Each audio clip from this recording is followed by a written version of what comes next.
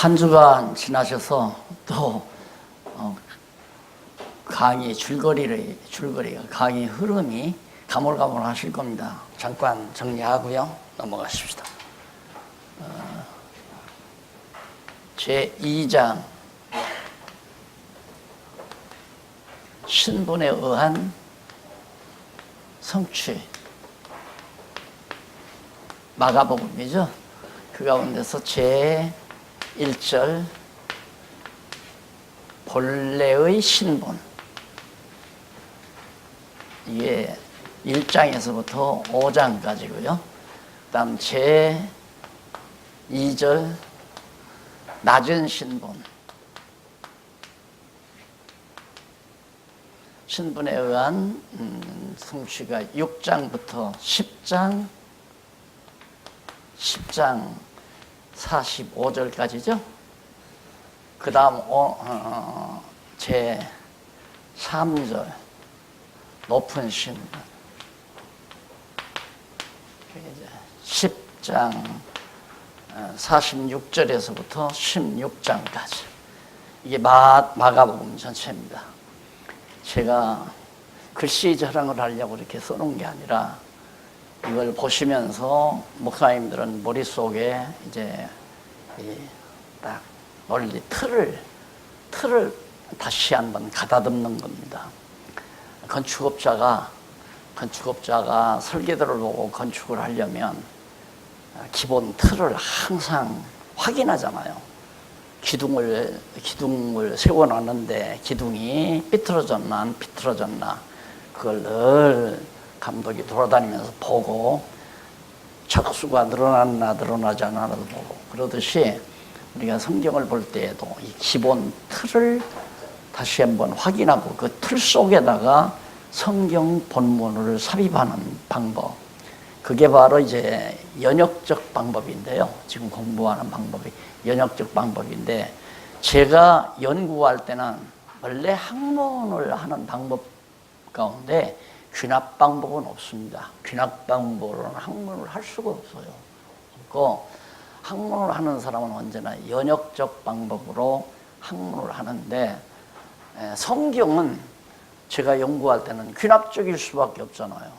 귀납적일 수밖에. 왜? 성경 전체가 뭘 말하는지를 주제를 아무도 모르니까 결국 나도 성경 본문 저 바닥에서부터 귀납 방법을 할 수밖에 없었죠. 근데 해놓고 정해놓은 주제들이 나왔기 때문에 목사님들은 손쉽게 연역적 방법으로 공부할 수가 있게 된 겁니다. 그러니까 마가복음은 신분에 의해서 그리스도가 성취된 사실을 확인하는 내용이죠. 구약에서 언약된 그리스도가 바로 성취됐다. 그게 바로 신분에 의한 성취의 내용이죠. 그러니까 이 제목을 보면 목사님들은 제목 중간중간에다가 삽입할 수 있도록 항상 생각을, 왜? 예수의 신분에 의한 그리스도 성취 내용이 바로 마가복음입니다. 그러면 그리스도 성취라는 말은 구약에서 언약한, 여호와께서 언약하신 그리스도가 성취된 내용이 마가복음입니다. 뭘 의해서? 예수의 신분에 의해서. 그럼 마가복음은 아주 딱 간결하게 이제 주제가 정해져 있잖아요. 이 주제를 벗어날 수가 없다는 얘기입니다. 마가복음 1장부터 16장까지는 전부 이 주제 안에 들어와 있다. 그 다음에 1장에서 5장까지는 본래의 신분, 예수님께서 마리아의 몸을 입고 이 땅 위에 인간의 몸을 입고 오시기 이전의 그 본래의 신분이 어떤 분이시었나라는 것이 5장까지였고요. 그 다음 6장부터 45절까지는 10장 45절까지는 중반부죠. 낮은 신분, 예수님이 이렇게 본래 하나님의 신분, 하나님의 아들의 신분이었는데 인간의 몸을 입고 낮아지셨다. 그래서 낮아진 신분에 대한 내용이 10장 45절까지고, 그 다음 이제 우리가 지금 공부해 가고 있는 내용이 높은 신분에 의해서 그리스도가 성취된 사실을 확인하는 그런 내용입니다. 그러니까 이 셋은 결국 이 주제를, 이 소주제는 이 대주제를 확인하는 하나의 이제 나눔이죠. 이렇게 나누어서 이해하기 좋도록 그렇게 섭리의 교재를 짜드린 겁니다. 그러니까 예수의 신분에 의해서 여호와께서 언약하신 그리스도가 성취된 사실을 증거하는 내용이 마가복음인데, 본래 어떤 신분이냐면 예수의 본래의 신분, 예수의 낮은 신분, 예수의 높은 신분. 이 높은 신분 가운데 우리가 지금까지 공부한 내용은 이제 아마 11장 아마 19절까지 제가 말씀을 드렸을 거예요. 그런데 우선 여기서 첫째로 7225페이지 거기 보시면 주인의 신분입니다. 주인의 신분. 높으신 분, 높은 예수의 신분 가운데 주인의 신분에 대해서 증거하는 내용인데, 그게 10장 46절로부터 바로 13장까지라는 얘기죠. 제가 이 내용을, 이것을 다시 한번 복창해 드리는 이유는, 어차피 우리는 지금 성경신학을 공부하니까 성경대로라는 게 굉장히 중요하잖아요. 지금 이 시대는 20세기로부터 시작해서 20세기 아니라 종교개혁 이후에 결국 진리 싸움은 성경관의 싸움이라고 했습니다.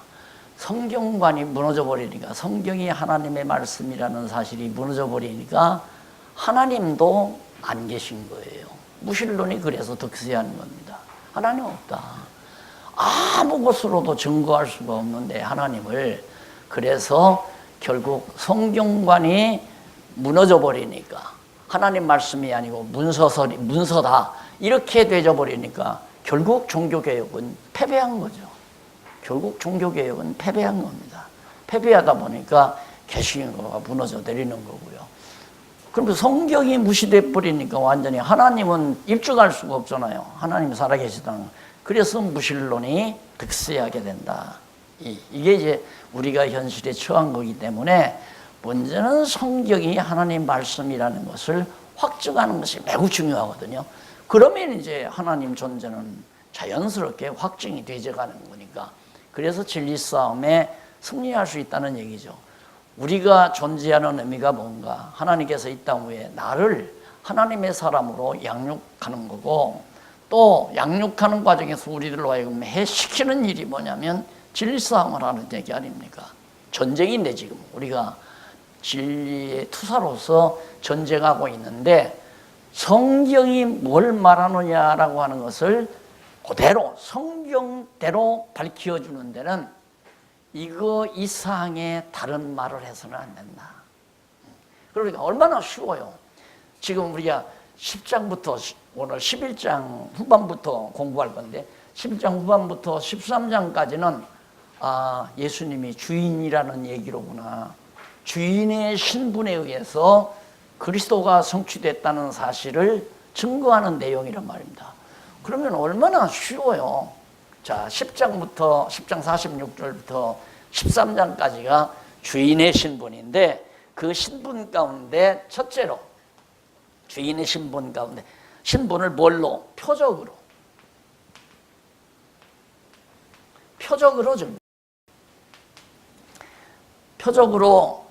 주인의 신분을 표적으로 증거한다는 얘기거든요.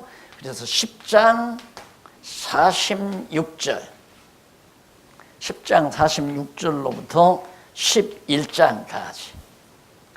자, 그냥 성경에 있는 내용, 저도 목회를 한 30년 하고 나서 막판 이제 이 강론집을 총서를 다 쓰고 나서 제가 후회한 것 하나가 뭐냐, 후회라기보다도 성도들에게 잘못을 구한 거 하나가 있었어요. 그게 뭐냐면, 저도 이 성경신학 총서를 쓰는 과정에서 30년 동안 기존의 교회 체제에 의해서 목회를 하다 보니까 이 성경을 강의하면서 소위 목회자가 저지를 수 있는 큰 실수를 나도 도망 것 같다. 그게 뭐냐면 설교를 했다 이 말이에요. 성경 강론을 한 것이 아니라 설교를 제가 했습니다. 그럼 그 설교란 뭐냐면 성경을 읽고 그걸 우리의 생활 속에 적용시키는 게, 이렇게 살아야 됩니다, 저렇게 살아야 됩니다, 이렇게 말하는 게 적용 아니에요. 큐티지요, 큐티. 우리 한국교회의 큰 또 결함 중에 하나가 큐티 운동이에요. 성경을 아무데나 펴서 이렇게 먹고, 아, 나는 이 말씀 듣고 무엇을 깨달았다. 예를 들면, 아, 소년이 물고기 2마리하고 떡 5개를 몽땅 예수님께 바쳤다. 이 구절을 읽었다 이거예요. 큐티하는 사람이 있고는, 하하, 나에게는 아직도 주님께 바쳐야 될 것이 너무 많다. 이 소년은 몽땅 갖다 바쳤는데 나는 아직도 남아있는 것이 많구나. 그걸 반성하고 다음 주일날 교회 갈 때 나머지라도 보충하기 위해서 또 가지고 가는, 그게 이제 큐티 운동이란 말이에요. 그런 식이 바로 설교라 이 말이에요. 성도들에게 생활의 방향을 제시해주는. 이게 바로 본문이 끝났잖아요. 잘못됐잖아요. 지금 마가복음 어디를 읽든지 예수의 신분에 의해서 구약의 여호와께서 언약하신 그리스도가 성취됐다는 말을 가리켜야 되거든요. 그래서 하나님은 여호와 한 분밖에는 없다. 결국은 거기에 포인트를 맞춰서 방향을 그쪽으로 정하고 이 얘기를 해야 된단 말입니다. 그런데 내가 목회하다가 예를 들어서 한 20년 한 다음에 본당을 지었단 말입니다. 본당을 짓는데 뭐 가끔 가다가 건축위원장이 돈이 모자랍니다, 뭐 어쩝니다 이러고 얘기를 하잖아요. 그러면 은근히 연보를 하는 것에 대해서 이제 성경 강의하다가 이제 그런 부분이 나오면 살짝 빠져가지고 이제 또 그런 얘기를 한다 이 말입니다. 이게 바로 설교라 이 말이에요. 그러니까 이런 설교를 가지고는 성도들이 100년을 신앙생활해도 성경을 몰라요. 성경을 모르니까 신앙의 바탕이 약한 거죠. 신앙 바탕이라는 게, 내 신앙 바탕이라는 게 성경 66권 하나님의 말씀으로 기초석이 돼서 딱 버티고 설 수 있어야 되는데, 내가 성경을 모르니까 늘 신앙이 흔들리잖아요. 이 목사님이 말하면 이렇게 휘청, 저 목사님이 저 말하면 휘청, 이 부사가 와서 이 말하면 휘청, 이렇게 해서 휘청휘청 흔들리다가 꼿꼿이 서보지도 못하고 죽어가는 경우가 많단 말입니다. 그래서 성경을 성도들에게 아주 단명하게, 명쾌하고 아주 간단하고 명쾌하게 딱 들어가도록, 예수님의 신분은 본래 하나님의 아들이었습니다. 이런 분이 낮아졌습니다.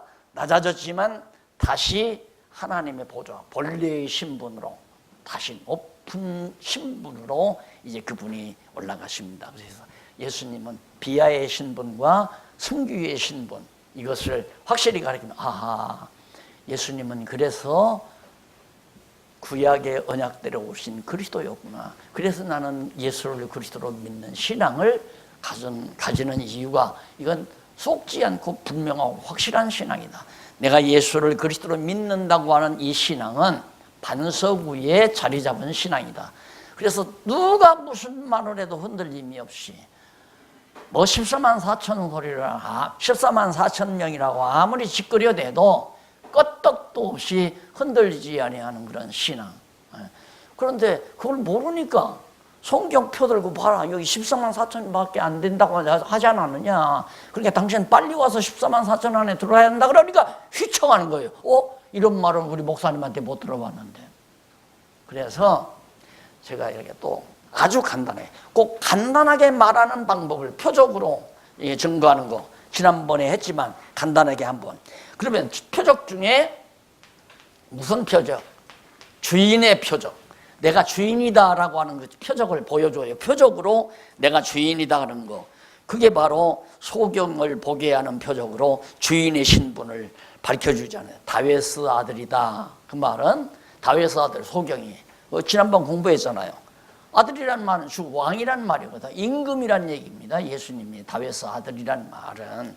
그 다음 나귀 타고 예루살렘에 올라가는 거 왕이죠. 왕. 나귀 타고 예루살렘으로 입성하는 것은 왕의 신분을 나타내는 것이다. 그 다음 포도나무 저주하는, 포도나무 저주하니까 나무도 저주, 포도나무, 무화과나무 바로 죽이기도 하고 살리시는 주인의 역할. 성전 상인, 하나님의 집을, 성전 하나님의 집을 장사 털어잡았다 해서 막 화를 내고 상을 뒤엎고 주인 행세하잖아요. 그 다음 이제 무화과나무 말은 표적 결과로서 믿음에 대해서 가르쳐주는, 산을 옮길 만한 믿음, 하나님의 뜻이면 얼마든지 산을 옮길 수도 있다, 이런 등등에 나오구나. 그래서 여러 가지 표적을 행하심으로 정말 많은 사람들이, 트집 잡는 사람들이 너 도대체 그런 권세가 어디에서 나오느냐, 권세의 출처를 나오는데 그게 뭐냐면 내가 인마가 아니라 내가 이래 봐도 주인이다. 그 말이 내가 이래 봐도 주인이다. 자, 그럼 그 다음에 이제 말씀으로 아니에요? 두 번째가 여기 첫 번째 양쪽 가로, 두 번째 양쪽 가로, 이건 말씀으로. 여기는 표적으로. 그럼 말씀으로 하는 거 12장 1절 보십시오. 순환의 신분을 가르칩니다. 내가 많은 순환을 당한다. 그런데 그게 이제 포도원을 만들어 세를 준 비유로 순환의 신분을 가르쳐줘. 어떤 사람이 포도원을 만들어서 이제 세를 주고 갔잖아요. 그래서 이제 1년이 되니까 세를 받아오라고 청지기를 보냈더니만 청지기를 갖다가 막 때리고 구타하고 세 주지도 않고 갔단 말입니다. 몇 차례 그러게 하니까 그 다음 마지막 판에는 주인이 아들을 보냈어요. 아들을 보니까 이 아들은 이 포도원의 상속자다. 이놈만 죽이면 이 포도원은 우리 것이다. 바로 그것이 예수 그리스도가, 하나님의 아들 예수 그리스도가 이 땅에 오셨지만은 십자가에 못 박혀 죽이는 이유가 주인이기 때문에, 예수님이 하나님 나라의 주인이기 때문에 어두운 권세자들이 예수님을 십자가에 못 박아 죽인다. 그런 뜻을 바로 이 포도나무 비유에서 밝혀주는 거거든요. 그러니까 자, 여기 말씀으로서 예수님께서 주인이라는 사실을 밝혀주는 내용이 포도원 비유란 말입니다. 그리고 이제 13절로 17절 넘어가서 7242페이지. 예? 뭐가? 한쪽 가로? 한쪽 가로 1번. 그 1번이. 제가 2번은 아직 안 나왔네요. 그렇죠? 한쪽 가로 1번이 바로 이제 1절로 12절까지 포도원 비유, 13절로 17절 아직 한쪽 가로 1번이에요. 비유. 세에 관한 물음에 관한 답변으로 순환의 신분을 가르쳐주는 얘기입니다. 어떤 사람들이 와서 당신도 세금을 내라, 세금을 그런 얘기를 하잖아요. 아주 정말 당신은 참된데 가이사에게 세를 바치는 것이 옳은가라고, 불가한가라고 묻잖아요. 그런 아주 예수를 책잡기위한 거란 말입니다. 바치라 하면 가이사에게 바치라 했다 해서 트집을 잡고, 바치지 말라 하면 가이사 로마 제국주의자들에게 고발을 해서 고난을 당하게 만들고, 그러려고 그렇게 물었는데 예수님께서 화폐 하나 가져와 봐라. 거기 가져와 보니까 여기 그림이 누구냐? 가이사라 이거예요. 그래, 가이사 것은 가이사에게 주고 하나님의 것은 하나님에게 드려라. 하나님께 드리란 말은 예수님께서 영원한 제물로 하나님 앞에 드려지실 제물이라는 사실. 그러니까 예수님은 하나님의 소유라는 얘기죠. 하나님께서 받으실 소유. 그렇기 때문에 하나님은 가이사의 사진이 있는 그런 돈 같은 거 안 받는다. 하나님은 나를 제물로 받는다. 그러니까 하나님께 바칠 거는 하나님 것은 하나님께 갖다 드려라 하고 말하는 것을 보면 예수님께서 주인이지만은 결국 표적으로 그런 주인이지만은 12절부터 나오네요. 11장 12장 이거 뭐야? 맞죠? 네. 순환의 신분. 죄송합니다. 이게 주인의 신분이 아니라 순환의 신분.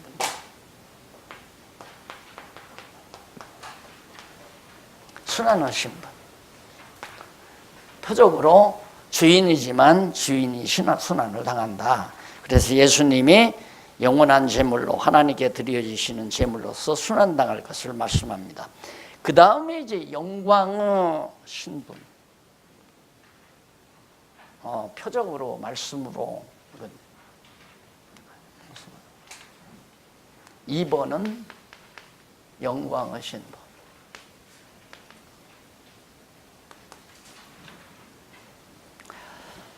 자, 그 영광의 신분 보면은 중간에 그 페이지 7245페이지 중간에 보면 일찍이 여호와 하나님께서 다윗으로 깰 때 주의 형상으로 만족할 것. 시편 17편 15절 나오죠. 이사야 선지라 땅이 죽은 자를 내어놓을 것. 예수님 부활하실 거다. 또 뿐만 아니라 다니엘이 선지자로 자는 자 중에 깨어 영생을 얻는 자가 있을 것 등, 또 호세아 선지자로 이틀 후 제3일에 살리신다. 예수님 부활하실 것에 대한 예언이죠. 그 다음 이제 요나 선지자로 요나가 물고기 뱃속에 들어가서 3일 후에 다시 살아나는 거 뿐만 아니라 엘리야 선지자로 해리바람을 타고 승천하는 거, 살아나서 하늘로 승천하는 거, 예수님의 승천을 미리 보여줘요. 이러한 예언과 사건에 의해서 말씀을 성취해 주시려고 하나님께서 하나님 아들 그리스도로 세상에 보내요. 영광의 신분을 가르쳐 증거하도록. 그러니까 예수님께서 순환받고 영광, 부활해서 승천하시는 이 구약적 배경을 근거로 해서 그 영광의 신분을 가르치신다. 그런 뜻이에요. 그러면 12장 18절로부터 27절 부활 때 물음에 대한 답변으로 영광의 신분을 가르치죠. 부활 때, 부활이 없다는 사두개인들이 와서 이제 예수님께 질문하는 게 칠형제 사건을 질문하잖아요. 칠형제가 있는데 큰아들이 장가가서 죽었다. 그 아내와 둘째 아들, 셋째 아들, 넷째, 일곱째 아들이 다 죽었는데 부활 때는 누구의 아내가 됩니까? 하고 그게 질문하는 사건입니다. 그때 예수님께서 부활 때는 그렇게 시집가고 장가가는 게 아니다 그 말이에요. 결국은 뭘 말하느냐면 예수님은 신랑이 되시고 우리는 신부로서 한 몸이 돼가지고 사는 그리스도의 영광의 신분을 가르쳐주는 그런 내용이 그 후반부에 끝부분에 나타나잖아요. 거기 보면 26절 죽은 자에 살아난다는 것을 의논할진대 너희가 모세의 책 중 가시나무 떨기에 관한 글에 하나님께서 모세에게 이르시되 나는 아브라함의 하나님이요 이삭의 하나님이요 야곱의 하나님이로라 하신 말씀을 읽지 못하였느냐. 하나님은 죽은 자의 하나님이 아니요 산 자의 하나님이시라 너희가 크게 오해하였도다. 그러니까 부활을 믿지 아니하는 사두개인들에 대한 책망과 더불어 부활의 영광의 모습을, 영광의 신분을 지금 간접적으로 증거해 주는 내용이 바로 이 18절로부터 27절. 그건 바로 영광스러운 부활의 주님의 몸으로 인해서 결국은 예수가 정말 주인의 신분을 가지고 있다는 사실을 밝혀주는 내용이란 말입니다. 그 다음 12장 28절로 34절은 첫 계명의 질문에 대한 답변으로 영광의 신분을 가르치는 내용입니다.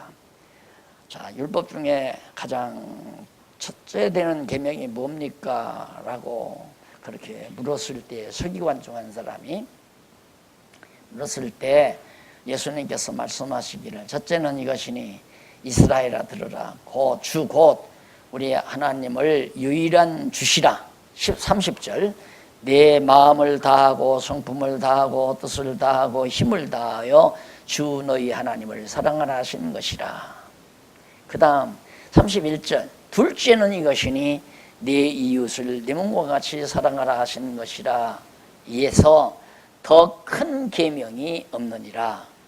자, 서기관이 가로되 선생님이여 옳소이다. 하나님은 한 분이시요 그 위에 다른 신이 없다 하신 말씀이 참이니이다. 또 마음을 다하고 힘을 다하여 하나님을 사랑하면 그것과 또 이웃을 내 몸과 같이 사랑하는 것이 바로 전제를 드리는 모든 번제물과 기타 제물보다 나으니이다. 예수께서 그 지혜 있게 대답함을 보시고 이르시되 네가 하나님의 나라에 멀지 않도다 하시니 그 후에 감히 묻는 자가 없더라.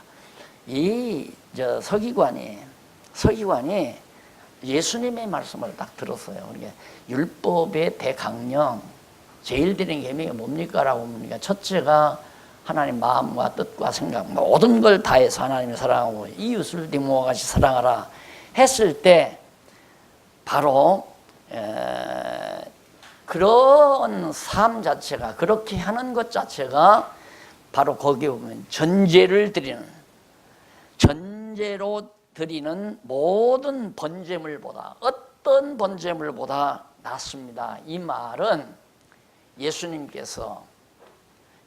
머리가 되셔서 예수님이 산제사로 하나님 앞에 드려질 제물로 그러니까 하나님 앞에 마음을 다하고 뜻을 다하고 성품을 다하고 모두를 다하는 거예요. 예수님 자신을 모두를 다해서 하나님을 사랑했을 뿐만 아니라 내 이웃을 내 몸과 같이 사랑하라 하는 것도 예수님이 바로 서로의 모든 지체들을 자기 몸처럼 예수님이 모든 지체들을 자기 몸처럼 사랑하는 성도들을 택한 백성들을 자기 몸처럼 사랑하는 그 진리를 그러니까 예수님의 놀라우신 영광의 신분을 지금 잘 밝혀주는 내용이란 말입니다. 근데 서기관이 그 말을 알아들었어요. 그러니까 너 하나님 나라에 참 가깝다. 그 알아듣기 힘든 얘기 아니에요. 우리들이 이 성경을 읽어도 항상 이거로 내가 하나님을 전적으로 사랑해야 되고 내가 이웃을 내 몸과 같이 사랑해. 그걸 어떻게 우리가 합니까? 나는 이런 얘기 할 때마다 사실 예를 들어서 이제 박윤밀 목사님 사모님께서 수박을 딱 너도 쪼가리 갖다 놨다 이거예요. 박 목사님하고 같이 앉아서 먹으라고. 그러면 나는 딱 앉아서 그 쪼가리를 볼 때 어느 것이 중앙부 것이고 어느 것이 껍데기 것이냐 그거 여러분 다 계산하죠? 안 해요? 나만 하나? 네. 저 껍데기 것은 가운데 것보다 덜 맛이 있는데 그래도 차마 체면상 박 목사님이 쳐다보니까 가양 껍데기 같은 거죠. 박 목사님이 좋은 걸 먹으라고 내가 껍데기 걸 드는 게 아니라 체면 때문에는 어떻게 가운데서 물건을 빼서 먹습니까? 근데 지혜로운 사람은 어떻게 하느냐면 껍데기를 들어서 상대 먼저 권해요. 그 다음에 이제 가운데 건 자기가 먹는 거죠. 이 굉장히 지혜롭지만 내 눈에는 그게 뜨이거든요. 아주 사람 야비한 사람이다 이게.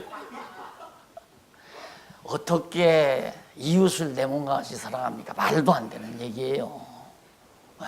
어디 밥 먹으러 가도 밥값 내기 싫어서 저 안쪽으로 쑥 들어가는데. 그래서 바로 우위로 하나님을 마음을 다하고 뜻을 다하고 성품을 다하고 모두를 다해서 하나님을 사랑하는 것이 예수님이란 말입니다. 그리고 예수님이 자기 몸, 우리들을 당신의 몸처럼 사랑해요. 당신의 지체니까 우리를. 그런 놀라운 진리를 여기서 밝혀주는 내용이란 말이에요. 그러니까 예수님이 바로 정말 영광스러운 신분, 부활의 영광스러운 신분으로서 우리를 그렇게 사랑한다는 사실을 밝혀주는 내용입니다. 그 다음 12장 41절로부터 44절, 부자와 과부가 넣은 연보 평가로, 그가 하나님 나라 주인이기 때문에 네가 많이 냈다, 네가 적게 냈다, 연보를 했다 이거예요, 하나님이. 그러면 어느 것이 많은가? 과부가 낸 엽전 한 푼이 더 크다 이거예요. 부자가 낸 연보보다. 부자는 많은 돈 가운데 일부를 떼다가 하나님 앞에 드렸지만, 과부는 자기 생활비 전체를 드렸다 이거예요. 그러니까 예수님이 볼 때는 과부의 엽전 한 푼이 더 훨씬 크다, 그렇게 평가하는 것은 바로 영광스러운 주인으로서, 정말 하나님 나라의 영광스러운 왕권을 가지신 분으로서 평가할 수 있는 위치에 있음을 간접적으로 잘 우리에게 말해주는 거죠. 그 다음에 이제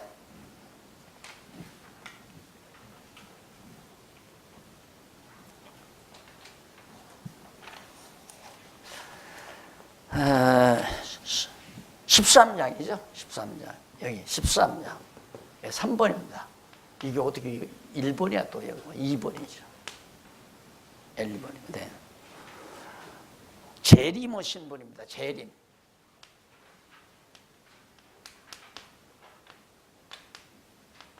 그러니까 순환당하시고 부활하시고 승천하셔서 재림하실 신분을 밝혀주는 거죠.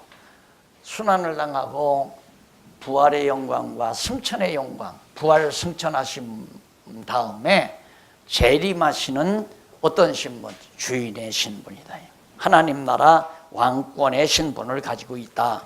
이걸 밝혀주는 것이 이제 13장인데 1절로 8절에 보면 재난이 시작될 때의 징조에 대한 예언으로 신분을, 여기는 조금 마태복음에서도 봤지만은 조금 신경을, 물론 언제나 늘 신경을 써야 되지만은, 제자들이 묻잖아요. 성전에 나가실 때 제자 중 하나가 가로되 선생님이요, 보소서 이 돌들이 얼마나 좋습니까? 얼마나 위대합니까? 성전을 자랑했어요. 그러니까 예수께서 이 큰 건물들을 보느냐, 돌 하나 돌 위에 동물 다 무너뜨려지리라. 예언을 하는 거예요. 무너뜨려지리라. 이제 이거 다 무너져 버린다 하시니라. 예수께서 감난산의 성전을 마주 대하여 앉으셨을 때 베드로와 야고보와 요한과 안드레가 조용히 예수님 앞에 물었어요. 언제 그런 일이 일어납니까? 라고 묻는 거죠.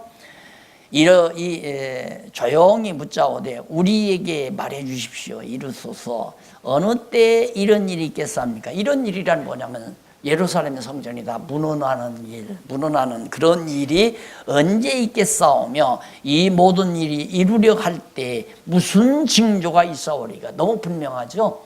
그러니까 예루살렘 성전이 무너질 때가 언제며 그 무너질 때가 되면 어떤 징조가 있습니까? 라고 물었다 이 말이에요. 그러니까 예수께서 이르시되 너희가 사람의 미혹을 받지 않도록 주의하라.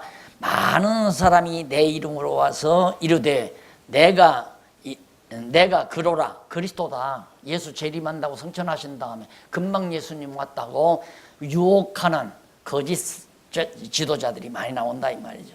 하여 많은 사람을 미혹해 하리라. 그러니까 적그리스도가 나타날 걸 말하는 거짓 증인들이 언제? 예루살렘 성전 70년에 예루살렘 성전이 무너날 때 예수님 오시고, 지금 예수님이 말씀할 때는 지금 33세 그러잖아요. 30세 죽으실 무렵이니까 이 무렵이란 거예요. 그러니까 이 70년의 성전은 무너났어요. 그러니까 예수님께서 성전 자랑하는 제자들에게 야, 이거 다 돌 하나 도로 위에 돔이지 않게 다 무너난다. 그렇게 얘기하니까 언제 그렇게 되집니까? 그리고 이렇게 되지려면 어떤 징조가 이 앞에서 나타납니까? 이걸 물은 거거든요. 그러니까 첫째는 적그리스도가 나타난다. 내가 그리스도라고 하는 사람들이 나타난다. 그리고 미혹해 한다. 그 다음 난리와 난리 소문을 들을 때에 두려워 말라. 이 당시에 많은 전쟁. 왜? 로마가 다 막 제패하기 위해서 전쟁을 일으키니까 막 난리와 난리 소문이 계속해서 일어난다. 그 다음 그런데 이런 일이 있어야 하되 끝은 아니다. 마지막 종말은 아니다 이 말이에요. 이때가. 그런데 마치 이게 종말인 때로 하지만 이때를 말하는 거예요. 이때를. 그래서 있어야 하되 끝은 아니니라. 민족이 민족을 나라가 나라를 대적하여 일어나겠고 처처에 지진이 있으며 기근이 있으리니 이는 재난의 시작이라. 이때부터 재난의 시작이. 그러니까 첫째는 적그리스도가 나타나고 두 번째는 전쟁이 일어나고 세 번째는 재난이 일어나고 이런 일들이 바로 70년의 성전이 무너날 하나의 징조다. 확실하죠? 네, 넘어가십시다. 넘어가면서 그때 그 다음 이제 그 9절로 13절에 보면 예수님이 그날과 그때는 물었는데 언제 무너질지는 나도 모른다. 그날과 그때는 언제 무슨 날 며칠 날 어느 때에 성전 무너날 건 모른다. 근데 우리는 이제 지나고 났으니까 주 70년에 무너난 걸 아는 거죠. 그 다음 19절로 13절 환난 전에 일어날 징조에 대한 예언으로 신분을 가르치는 내용. 너희는 스스로 조심하라. 사람들이 너희를 공회에 넘겨주겠고 이제 막 제자들을 잡아다가 막 공회로 넘기고 회당에 채찍질하며 제자들이 많은 핍박당할 걸 미리 예언하죠. 너희가 관장들과 임금들에게 서리래. 그러니까 적그리스도가 일어나고 그 다음 이제 아까 적그리스도 다음에 뭐예요? 전쟁이죠. 막 나라와 나라 전쟁이 일어나고 그 다음 이제 재난이 일어나고 재난 다음에 핍박이 일어나고 교회에 대한 제자들에 대한 핍박 나오잖아요. 10절 또 복음이 먼저 만국에 전파되어야 할 것이니라. 복음이 온 만국에 전파되어야 할 것이다. 그러면서 거기 이제 재난의 시작이 바로 이때로부터 재난의 시작이다. 그러니까 70년 재난의 시작이 이미 이루어진 거죠. 그 다음에 나오는 것이 이제 9절로 13절 내용인데 제자들이 이제 막 예수님 오신 이후에도 핍박하지만 70년 이후에도 핍박이 오잖아요. 그래서 132년, 주 132년 이때 이제 마지막 예루살렘 성이 다 회파되는데 주 95년 이때까지 세례 요한이 살아 있거든요. 이게 세례 요한이 이때 많은 핍박을 당하는 거란 말입니다. 요 무렵에. 이게 고린도전서 같은 것이 65년경 기록되고 했으니까 바울은 70년 이전에 죽은 거고요. 그 다음 바울 죽은 후에도 많은 고난이 있었고요. 그렇게 시작이 재난의 시작이 이걸로부터 지금 계속 재난이 지속된다. 그런 얘기예요. 그러면서 너희가 관장들과 임금들이 할 때 저희에게 증거되려 함이라. 10절 또 복음이 먼저 만국에 전파돼야 한다. 세상 끝에까지 온 세상에 복음이 전파되고 사람들이 너희를 끌어다가 넘겨줄 때 무슨 말을 할까 미워하지 말라. 자, 여기 이런 핍박을 통해서 유대인들이 막 그냥 아세아와 마게도니아, 아가야, 이탈리아 막 퍼져나가잖아요. 온 세상으로 지금 복음이 전파되어져 가고 있는 것을 얘기하고요. 어디를 가서 무슨 말을 할까도 걱정하지 말라. 왜? 너희가 말하는 게 아니라 성령께서 그때그때 말하게 할 거니까. 12절 형제들아 형제를 아비가 자식을 죽는 데 내어주며 자식들이 부모를 대적하여 죽게 하리라. 또 너희가 내 이름을 위하여 모든 사람에게 미움을 받을 것이나 나중까지 견디는 자는 구원을 받는다. 결국 많은 비용을 받아서 재난이 시작돼 가지고 엄청나게 너에게 올 것을. 그러니까 이 날짜와 이 때는 예수님도 모르니까 오는 사건만, 어떤 고난이 온다는 사실만 지금 그 재림의 신분이죠. 이제 재림 날짜를 말하기 위해서 여기서부터 지금 끌어가는 겁니다. 재림의 날짜가. 여기는 이제 예루살렘이 망하는 거, 요건 예루살렘 성곽, 성전이 불타고 성곽이 망하는 거고요. 그 다음에 14절로 23절에 보면 환난의 날에 대처할 방안을 지시함으로 신분을 지시함. 어떻게 멸망을 가정한 것이 서지 못할 곳에 선 것을 보거든 읽는 자는 깨달을진저 그때 유대에 있는 자들은 산으로 도망할지어다. 이게 이제 이때를 말하는 거예요. 이때를. 이런 재난은 예루살렘 성전이 무너질 때 어떤 일이 여기에 멸망에 가정한 것이 선다. 그게 뭐냐면 7257페이지 성경 본문 위에 한 줄 빼놓고 아래로 몇 줄째 보느냐면 5째 줄. 여기 멸망에 가증한 것에 대해서 선지자 다니엘이 예언한 바 있는데 다니엘서 11장 31절 12장 11절 이는 이미 안티오코스 제4세 안티오코스 4세 BC 157년 164년에 안티오코스가 활동하다 예루살렘 성전에 주피터 신상 그러니까 안티오코스가 자기네들의 신상을 갖다가 예루살렘에다가 세웠죠. 그러나 예루살렘 성전 건물이 무너지기 직전에 세워질 멸망에 가정한 것은 유대 역사가인 요세푸스가 한 말이 있어요. 예루살렘이 포위되었을 때 누가복음 21장 20절에 로마 군대가 성전 동편 문 쪽에 향해 세우고 경의를 표한 독수리가 그려진 군대 길입니다. 독수리가 그려진 군대의 길을 그래서 이 독수리 표가 상당히 이제 막 유용 있게 사용되지만은 원래 이 독수리 표라고 하는 것은 우상으로 그 로마 군대들이 섬기던 거기다 경의를 태극기에다가 많이 이렇게 하던 건 똑같은 거죠.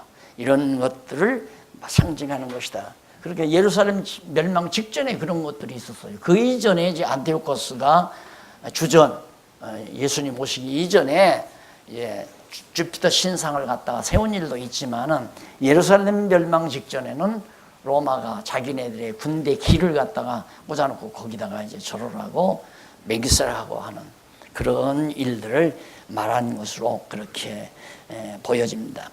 그 다음에 이제 그럴 때 이제 바로 이게 예루살렘 성전이 망한다는 얘기죠. 그 다음 이제 성경을 조금 더 읽어봅시다.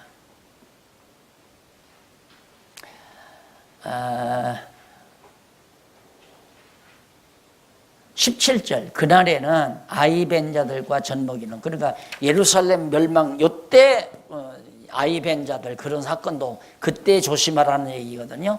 이 일이 18절 이 일이 겨울에 나지 않도록 기도하라. 이는 그날들은 환난의 날이 되겠습니다. 하나님의 창조하신 창조로부터 지금까지 이런 환난이 없었고 후에도 없으리라. 20절 만일 주께서 그 날들을 감하지 아니하였으면 모든 육체가 구원을 얻지 못할 것이오늘 자기의 택하신 백성을 위하여 그 날들을 감하셨습니다.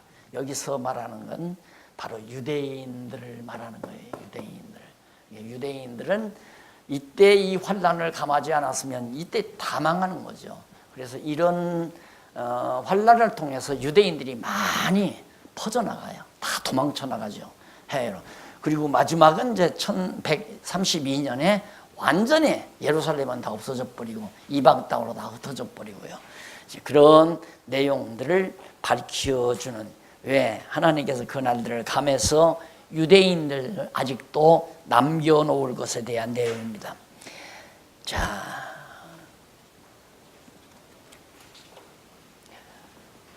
그 다음에 23절 마지막 끝절에 보면 57페이지.